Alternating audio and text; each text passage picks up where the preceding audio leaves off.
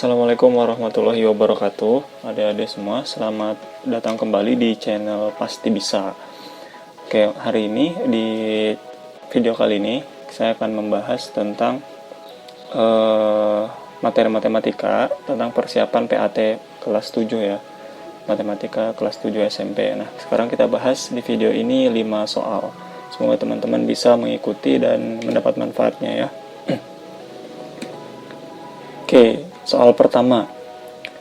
Dalam suatu kelas di SMP Pasti Bisa terdiri dari 36 siswa. Jika banyak putra berjumlah 20 anak, maka perbandingan jumlah putra dan putri di kelas tersebut adalah.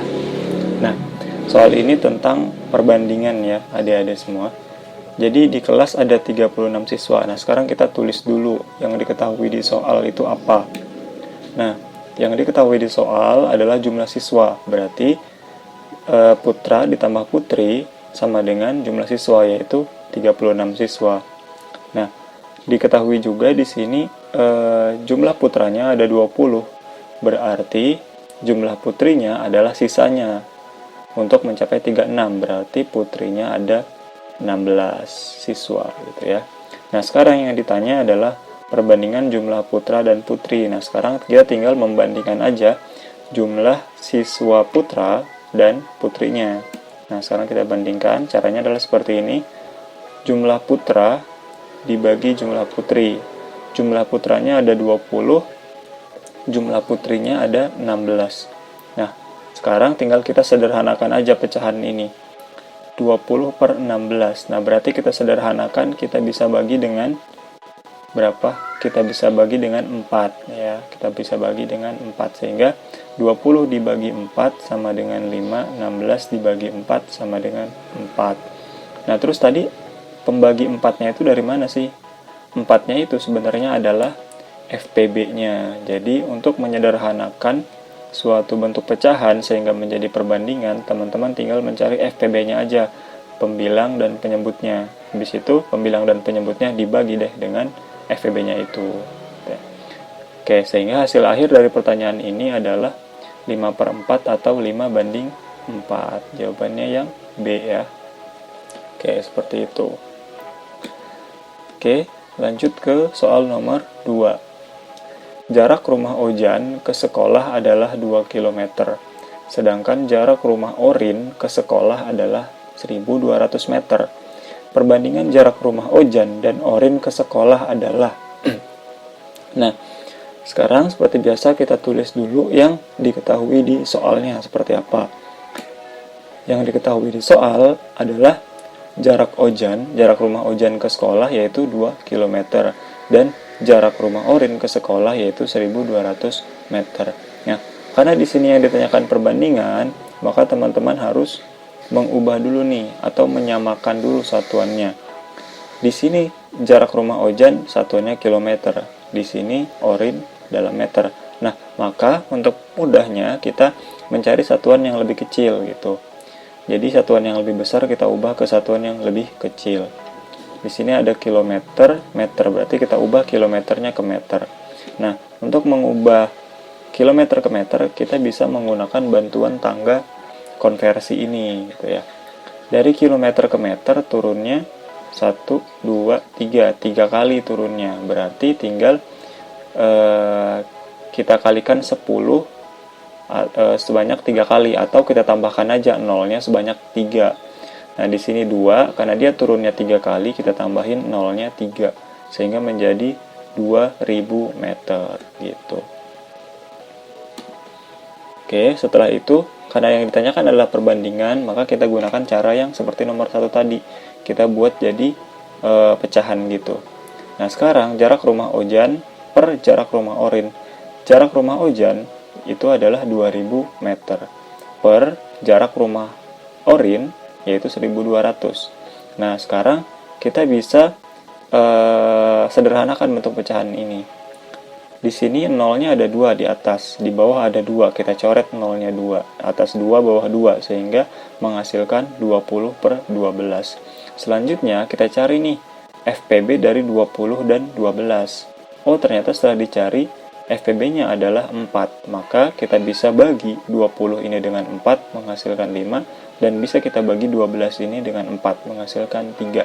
Sehingga perbandingan akhirnya adalah 5/3 atau 5/3. Jawabannya yang B, seperti itu. Nah, jadi kuncinya adalah untuk soal seperti ini, kalau ada jarak, biasanya sih jarak ya, jarak, maka kita harus samakan dulu satuannya ke satuan yang lebih kecil gitu. Oke, lanjut soal nomor 3. Di toko, wah ini di toko ya maksudnya. Di toko pasti bisa sembako Pak Ojan, di toko pasti bisa, di toko sembako pasti bisa Pak Ojan membeli 5 karung beras seharga 3 juta. Di toko yang sama, Pak Orin membeli 8 karung beras dengan harga, jadi kalau di sini Pak Ojan beli 5 karung, harganya 3 juta, maka kalau Pak Orin beli 8 karung, harganya berapa gitu. Itu pertanyaannya ya. Nah, ini masih tentang perbandingan juga. Nah, cara mengerjakan soal seperti ini adalah dengan bantuan, bisa juga dengan bantuan rumus ini ya. Harga yang ditanyakan sama dengan jumlah yang ditanyakan per jumlah diketahui dikali harga diketahui. Oke, maksudnya apa? Maksudnya seperti ini. Harga yang ditanyakan itu apa? Yang di sini yang ditanyakan adalah harga 8 karung beras. Maka tulis di sini, harga yang ditanyakan harga 8 karung beras. Sama dengan jumlah yang ditanyakan. Jumlah yang ditanyakan apa? 8 karung. Berarti tulis 8 karung per jumlah yang diketahui. Jumlah yang diketahui apa? 5 karung. Yang diketahui harganya kan 5 karung ya. Berarti tulis 5 karung dikali harga yang diketahui. Tadi harga yang diketahui apa? Harga ini 3 juta. Itu harga yang diketahui dari 5 karung beras, berarti 3 juta. Tulis di sini 3 juta.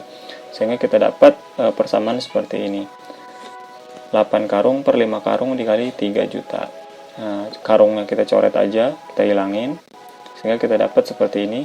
Harga 8 karung beras sama dengan 8 per 5 dikali 3 juta.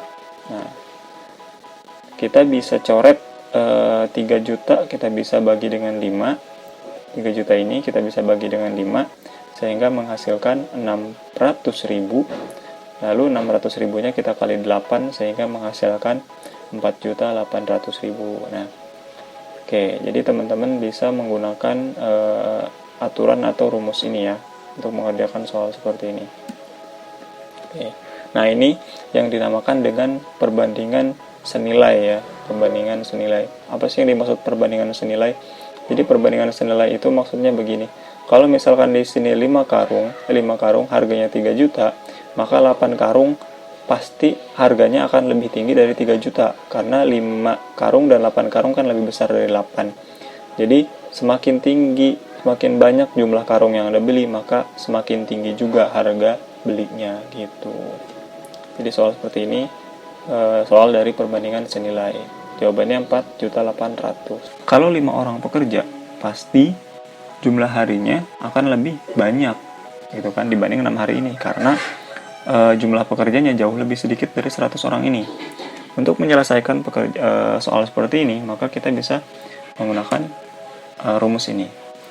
Waktu kerja yang baru sama dengan jumlah pekerja lama dikali waktu kerja lama dibagi jumlah pekerja baru. Waktu kerja yang baru itu akan sama dengan pekerja lama. Pekerja lama berapa? 100 orang. 100 dikali waktu kerja lama, 6 hari, kali 6 per pekerja baru. Pekerja baru berapa? 5 orang pekerja. Jumlah pekerja baru adalah 5 orang, berarti kita taruh 5 di bawah. Sehingga akan menghasilkan 100 kali 6, 600 per 5. 600 per 5 atau 600 dibagi 5 sama dengan 120. Nah, soal seperti ini bisa kita sebut dengan perbandingan berbalik nilai. Topiknya adalah perbandingan berbalik nilai. Kenapa dibilang berbalik nilai? Karena semakin banyak jumlah pekerja, maka waktu kerjanya akan lebih sedikit, gitu kan? Semakin tinggi pekerja, semakin banyak jumlah pekerja, maka waktu kerja akan lebih sedikit. Sebaliknya, semakin sedikit jumlah pekerja, maka waktu kerja akan semakin banyak. Ini kan terbalik gitu ya.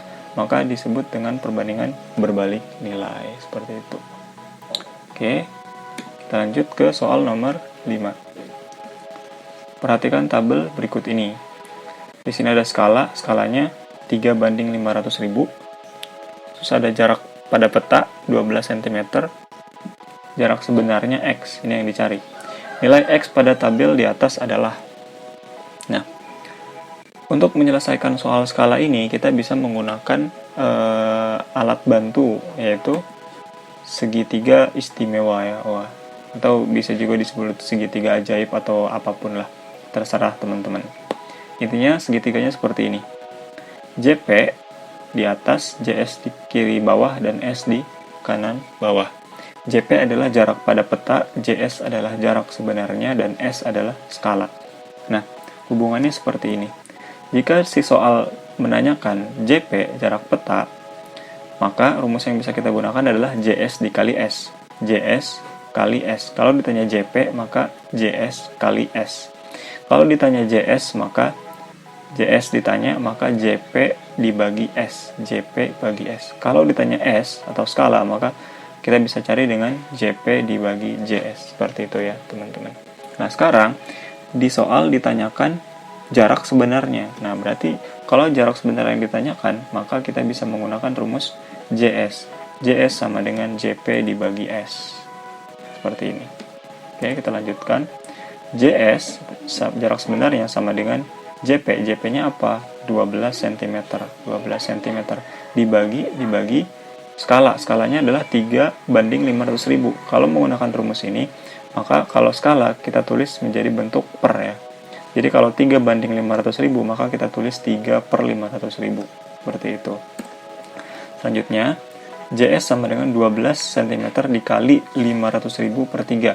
Teman-teman perhatikan, kalau di sini ada pembagian pecahan, maka sebenarnya kita bisa ubah bentuknya menjadi perkalian dengan syarat pecahan di belakang pembagiannya ini kita balik. Yang pembilang jadi penyebut, penyebut jadi pembilang. Awalnya 3/500.000, jadinya 500.000 per 3. Baginya diubah jadi kali, seperti itu ya. Oke, sehingga 12 bisa kita coret dengan 3, 12 dibagi 3 hasilnya 4 dikali 500.000.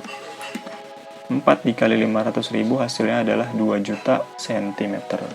Jadi yang perlu teman-teman ingat, karena di sini dimintanya dalam kilometer, maka kita ubah nih 2 jutanya menjadi 2 juta cm-nya kita ubah menjadi kilometer.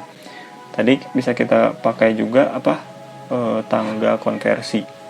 Centimeter ke kilometer naik 5 kali. Kalau naik berarti nolnya kita coret. Kalau turun tadi nolnya kita tambah. Kalau naik 5 kali, maka nolnya kita coret 5. Berarti karena di sini nolnya ada 6, berarti 1 2 3 4 5 6, sisanya adalah 20. Nolnya sisa 1, jadi 20 km. Oke. Jadi yang perlu teman-teman ingat adalah segitiga ajaib ini, gitu ya. JP JSS, JP JSS gitu ya. Oke, untuk video kali ini kita akhiri dulu, nanti kita sambung di video berikutnya. Kita bahas soal nomor 6 sampai 10. Oke. Terima kasih banyak teman-teman sudah menonton. Sampai jumpa di video berikutnya. Assalamualaikum warahmatullahi wabarakatuh.